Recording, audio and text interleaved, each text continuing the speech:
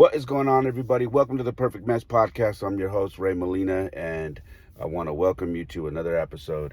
Let's catch up on what has been going on with me, man. I know I haven't done a little long form in about a week or so, but the last time I went and did an episode, I forgot to talk to you about my son Jaden's Arizona trip.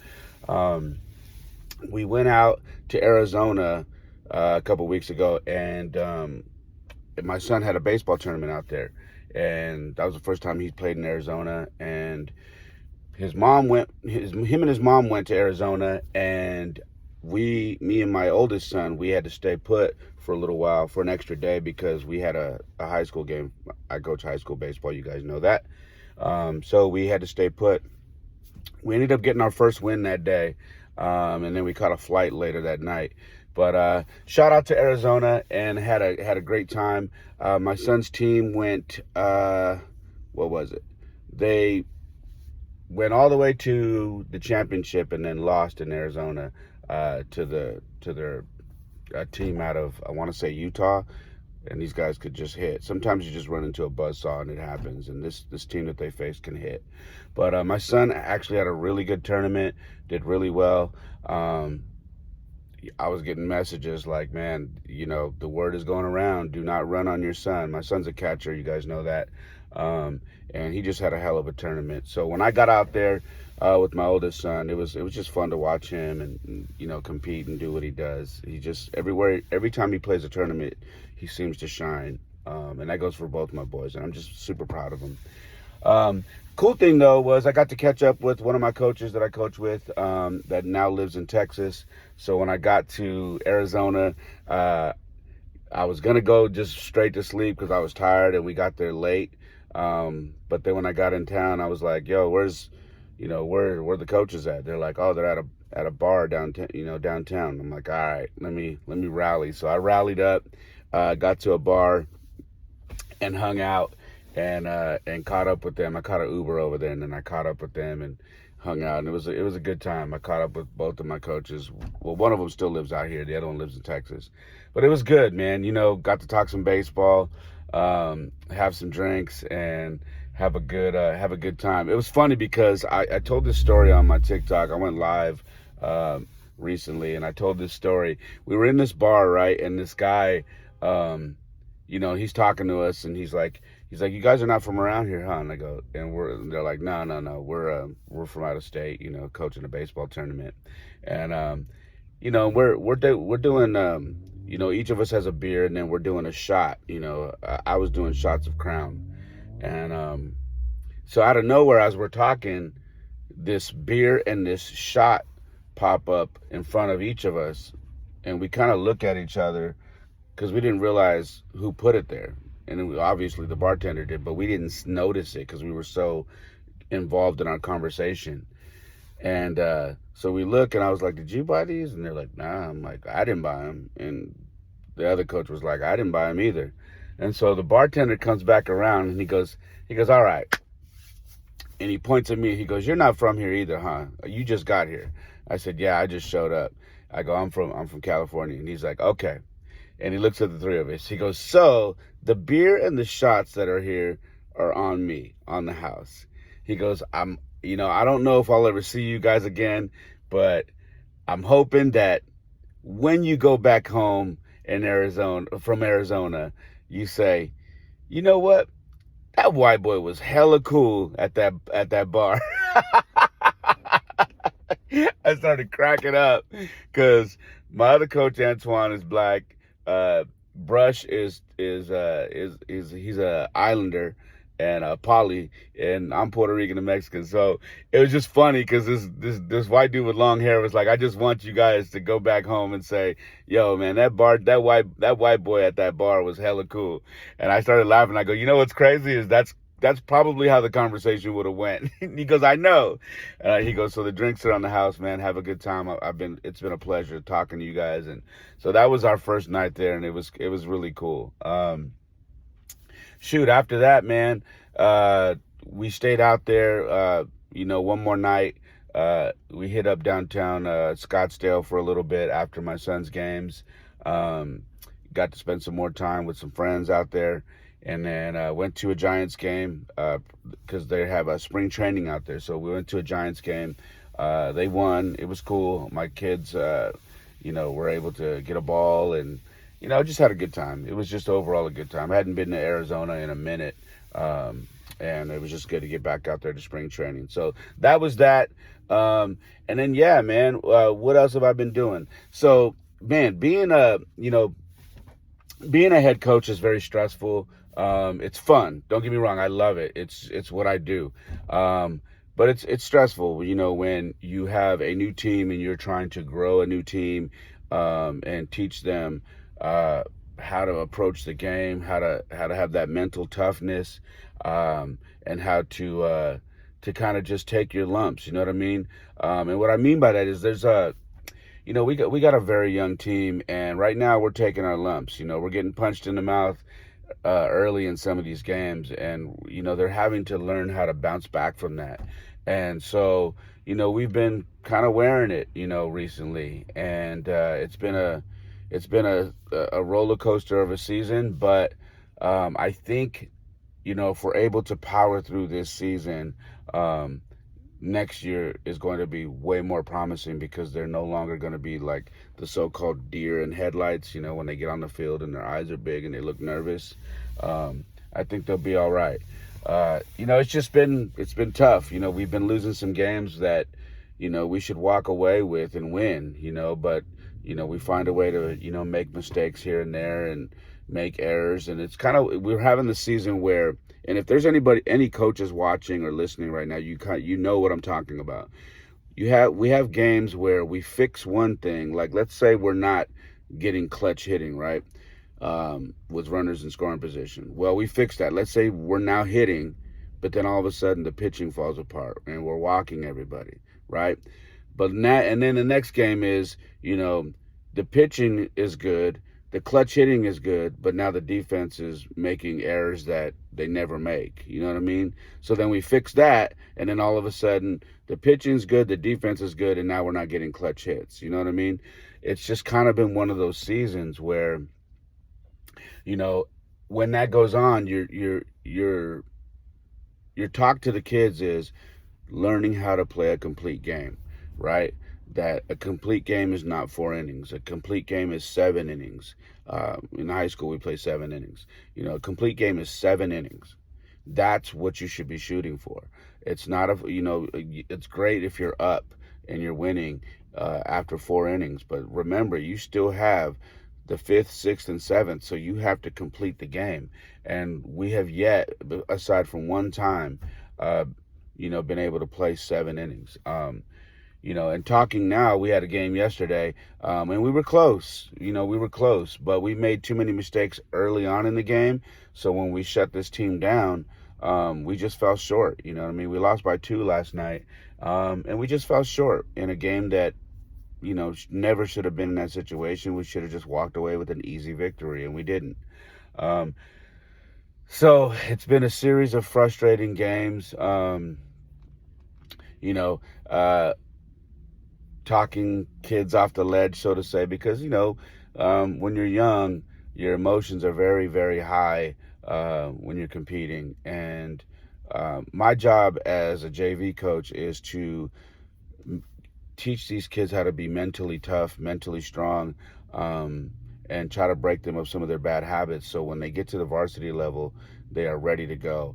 There is no fear. They're not shedding tears when they make a mistake. They're just saying to hell with it, on to the next play. You know what I mean? So that's my job, is to coach them up, to tighten up their skills, and to prepare them mentally and I guess strategically before they get to varsity. Strategically meaning that they know the ins and outs of the game, and that the game isn't too fast for them. So that's my job, and we're getting there. You know what I mean? So, but it's been a tough season. My son Jordan, who's on the team, he started off the year hot, and he was hitting and doing all that. I never worry about his glove at all. the kid is masterful with his glove. He's on defense, the guy's locked down.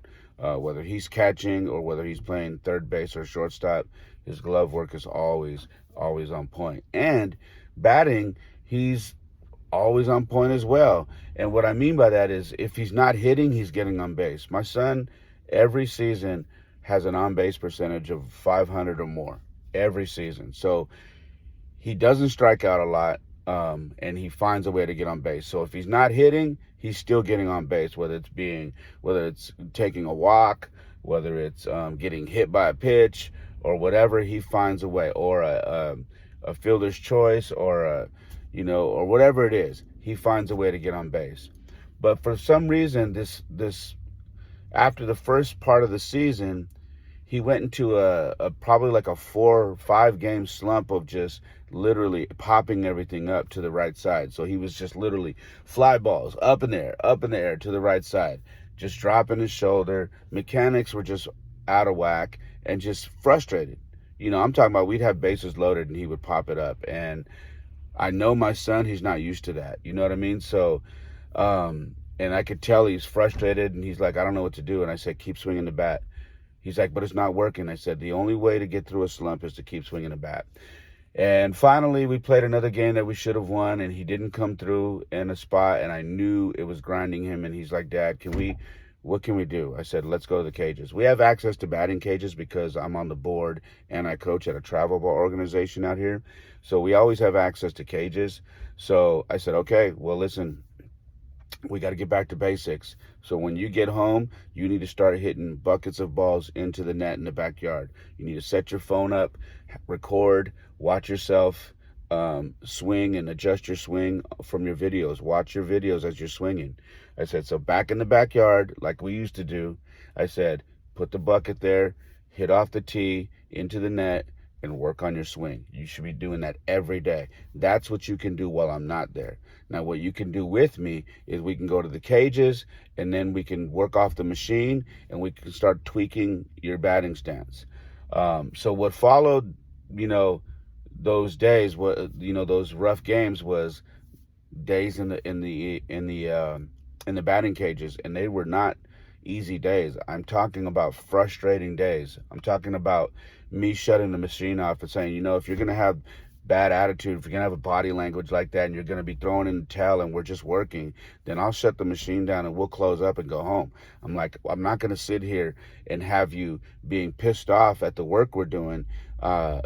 I said, and you're not going to be able to get it done. You have to have a clear mind and a good attitude here. This is where we make our mistakes. This is where we try things. This is not where we get frustrated and mad and angry. This is where we understand nobody's here watching. There's no fans here. There's no parents. There's no other coaches. It's you and me and the machine. So this is where we try things, and maybe something doesn't work. We take a break. We get back to it. So what happened is we spent almost 3 hours in the batting cages. We would take breaks. So he would hit about 25 pitches. Then we would take a break, drink some water, have a little bite to eat, and then we would get back to it. And so we realized that his posture when he would swing, he would fold at the hips and drop down. So the minute he'd be up and the minute the pitch would come, he would fold at the hips and go like this. If you're watching on YouTube, he would fold like this, lean forward, and then swing. And I told him, you have to stop doing that. The minute the pitch comes, you're collapsing. And that when you collapse, not only are you leaning over, but your back shoulder is dropping when you swing. So everything's going up and to the right. So you have to stop doing that. So when you get in the box, I want you to stand straight, arch your back, exaggerate it. And I want you to, that's just a reminder to stay tall. I want you to do that every time you step in the box. Get in the box. I want you to put the bat over your shoulder, arch your back completely back a few times to remind yourself to stay tall. I said, and then I want you to come from the top. And what I mean by that is, right now you're dropping your shoulder or sweeping. I want you to come from the top, meaning hands up high, and I want you to come down. So boom, it looks like you're chopping wood. I said, obviously that's not how we hit a baseball, but I'm telling you, psychologically, you're telling yourself, hey, come from the top, swing down. But when you actually get the pitch, because you're coming from the top, You're going to adjust to where the ball is, and I'm telling you, it's going to straighten out your swing, and you'll start hitting the ball line drives on the ground, and it won't be pop-ups. So let's work on that. And we did, and it was frustrating. It was frustrating. It was frustrating. And then the last few rounds, he got it down. And I said, okay. So we go into our next few games, and, you know, he hits a soft liner to second base. And he's pissed off. And I said, what are you upset about? He goes, I'm not hit. I go, was it a pop-up? He said, yeah. I go, no, it wasn't. I said, it was a soft line drive to the second baseman. I said, you've been popping everything straight up in the air to either first base or to second base or to the catcher. Right? And he said, yeah. I said, so we're getting there. Next one, ground ball. And then boom. After that, next game, double in the gap. Next game, double down the third base line. Next game, another hit. Everything's line drive shots. I said, do you see what he... And so he's like, man, I really needed that. I said, do you see what I'm saying now? This is why we do the work, right? Those frustrating days, those days where you and me are kind of banging heads a little bit over the work. I go, do you see what I'm talking about? And he's like, yeah. I go, okay. So now you understand that these are the things we have to do. We didn't make a big tweak to your swing. We just adjusted something. We didn't make a complete change. We just adjusted a few things that we noticed. And we videotape everything. So when I'm talking to him, I can actually show him on video, this is what you're doing. So when we're in the cages, we videotape. When we're at home, he videotapes. And we do all of that. And now he's hitting the ball again. And now he's back in the game. He's happy. He's been pitching great. He's been fielding great. But he just hasn't been hitting. And finally, he's starting to hit the ball again. And, as a dad, it feels good to be able to help your son through that. But as a coach, it makes you feel even better because you know what you're teaching your kid and the other kids that you coach something valuable because you see the work you're doing. It's actually working. It's helping them get better. And that's the goal of a coach. You want to make sure that the stuff that you're teaching these kids is resonating with them. And I'm noticing that with my high school team. It's just a matter of putting it all together at the same time so we have a complete game. You know what I mean? Man, outside of that, I've just been, busting my ass out here, working, going to the gym, trying to stay healthy. And TikTok has been an absolute godsend. It's been a blessing. It's funny because I still crack up that, every week, the numbers continue to grow. And now TikTok has been blessing me with another stream of income. And I was telling my ex-wife, as I was sitting down eating with my kids, and she's like, how's it going? I'm like, it's crazy. I'm like, it's absolutely crazy that 2 months ago, this wasn't a thing for me. And now, here I am with a new stream of income that I just didn't plan on having. You know what I mean? Which is a blessing. Anytime you can find another way to generate some income, especially in these times, that's a blessing. You guys all know that, I do the furniture restoration. I do, I do a lot of gig work, you know what I mean, through the apps. I coach, which I get paid for. I do a lot of different things, graphic design, printing. I do all kinds of things to make money, and I also sell my own merchandise. But to add TikTok into that fold is just crazy to me. Not something that was planned. It was just something that fell in my lap, and I'm just so thankful. The coolest thing about this, though, is that it's become something that, and I don't recall if I shared this yet, but it's become something that I'm able to use God's blessings to give back. And because my following on TikTok has grown so crazy, I have been able to use that to give it right back to God and to let people know that, There was a time in my life when I wasn't in a good place. There was a time in my life when I wasn't happy. I was broken. I was sad. I was feeling defeated. I felt abandoned. These are all things that I felt.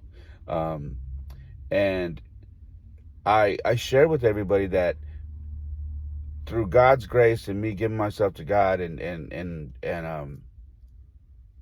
having faith and putting my life in His hands, I have been able to, dig myself out of that dark hole and become a better man, a better father, a better person, and get myself into a better place in life. And I tell everybody, it's almost like God blessed me with this new platform. But He said, hey, listen, I'm going to answer your prayers. I'm going to give you an outlet. I'm going to give you a platform that's going to grow not only that platform, but it's going to grow all the other platforms you on, so you can start generating an income and taking care of your family even more. But I have one stipulation, and that stipulation is every night before you get off, I need you to give me the glory. I need you to let people know what I've done in your life and shine my light through you. I need you to do that. And so what I've been doing is literally at the end of every live that I do on TikTok is I have a prayer roll call. I jot down the prayer requests, and then we ended up starting to do the lives, the prayers live. So I do that every night, and it's powerful. It's powerful. And I believe I have talked about that on this podcast, but I just feel like I need to say it again. It's probably the most powerful time of the night, because so many people come in and they're like, "Hey, I need prayers for this. I need prayers for that," and then we say a prayer, and it's just I think it's probably the my favorite time of my life, is because I feel like that's when I'm making the most impact. You know what I mean? So that's where I've been, man. You know, trying to make sure I'm staying focused, trying to make sure that I don't neglect God's blessings. You know what I mean? And that's what's been going on with me. What else? What else is going on? Uh, I've got my hair, man. You guys on here? Look at my hair. I'm getting a full head of hair here. A lot of people have been like, "Why are you wearing hats and beanies all the time?"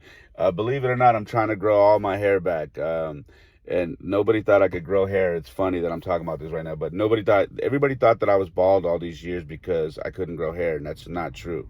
So I've been trying to grow all my hair out because you never know when you're going to lose your hair at my age. I'm 50 now. And shoot, I don't know how much longer I'm going to have hair, so I might as well enjoy it while I have it, right? So I'm growing it out, and hopefully by the summer I'll have some hair that I can do something with, because right now it's just a mop. But yeah, man, outside of that, I've been good. My family did get hit with we were blindsided a little bit with some personal stuff recently. So for anybody who's listening and or watching, if you know me or you follow me and you've been around me for a while, if you could, and I never asked for prayers, but if you could just, if you can keep us in your prayers, my son's mom, me, and my two sons, as a family, and I do say family, even though me and her are divorced, we're a family. We're tied for the rest of our lives because we have children together, and we're, hope God willing, we'll have grandchildren together. But if you could just keep us all in your prayers, because we've had to pivot. I've talked about the pivot plenty of times, and we've had to pivot recently, and hopefully we're able to get through this without any major issues, God willing. You know what I mean? So if you could just put a hedge of protection around my family, and if you could please pray for my family that we get through this little rough patch right now, right? Outside of that, everything else is fine, man. Me and my ex-wife are great. We have a great co-parenting relationship, like I told you. This is more of something outside of that. My kids are great. They're healthy. We're blessed. Very thankful. And yeah, man. So with that being said, that's pretty much all I have right now. I'm about to head into the gym right now and get a nice good workout in, and then grab me some breakfast and do some work, and then I'm off to baseball practice. It's raining out here right now, so I'm going to get my butt into the gym. All right. I love you guys. Thank you for checking me out. I appreciate all the new subscribers on YouTube. I appreciate all the new subscribers on Apple, Spotify, and Amazon. I love you guys, man. Oh, a lot of people have been buying the merchandise. My podcast t-shirts are everywhere now. They're in the Midwest, they're in the South, they're in the East Coast. It's been a resurgence, which is really crazy. So without, saying that, I want to let you guys know, I'm sorry, I'm fumbling my words right now. With that being said, I want to let you know, I do have merchandise. I have t-shirts, hats, hoodies, beanies, jackets, mugs, slides for your feet at the gym. If you want to check out any of my merchandise, you can go to my website and to my shop. Just go to raymolina.com, RAYMOLINA.com. Go there and you can purchase any of that or check out any of the t-shirts, hats, and all that stuff that I have there. Please check it out. I have some really cool Cali Country hoodies and t-shirts and hats. I have some hats with the American flag on it. I have my podcast t-shirt. I have my podcast beanies. There's some really cool stuff in there. So please check it out. And if you're on TikTok and you want to support, I have a TikTok shop. Just go to my TikTok. It's the same as my Instagram, @It'sRayMolina. Here's a little hint. You will save a little bit of money if you go to my website directly and not through TikTok shop. So don't let nobody know that I told you that. But yeah. So if you want to save money, that's what you do. All right. So please check out the merchandise. Outside of that, follow me on Instagram. It's Ray Molina. Follow me on TikTok. It's Ray Molina. Subscribe on YouTube. Go to youtube.com and search The Perfect Mess Podcast, and please subscribe there. I'm really trying to grow that channel, and we're about 242 subscribers short of being monetized. So we're getting closer. All right. So if you could help me out and subscribe there, I'd appreciate it. Outside of that, if you like to listen to your podcast, go to Spotify, Apple, or Amazon and follow and subscribe there. I really appreciate you. Thank you for your time, and I hope you guys have a wonderful day. I love you guys. God bless you. And I'm going to close this like I always do. My life isn't perfect. Oftentimes it is a mess, but for me, it is the perfect mess. Peace.